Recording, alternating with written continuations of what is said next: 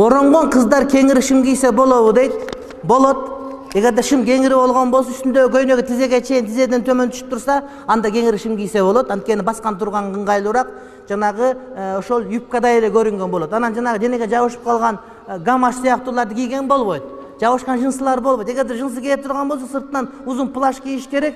Ошол жанагы согончокко жакыныраак түшкөн.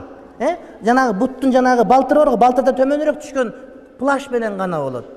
Эгерде андай эмес болсо, анда көйнөк кие турган болсо тизеге чейин. Анда этегиндеги шымы, урматтуу бир тууганым, мындай кенен болуш керек. Кенен болуш керек. Бутунун мүчөсүн мындай бир бууп турган болбош керек. Эми кийим кийгенде албетте мода, албетте ошол адамдын үрп-адаты каралыш керек сөзсүз түрдө. Ага маани бериш керек, бирок ошол убакта шарият бузулбаш керек.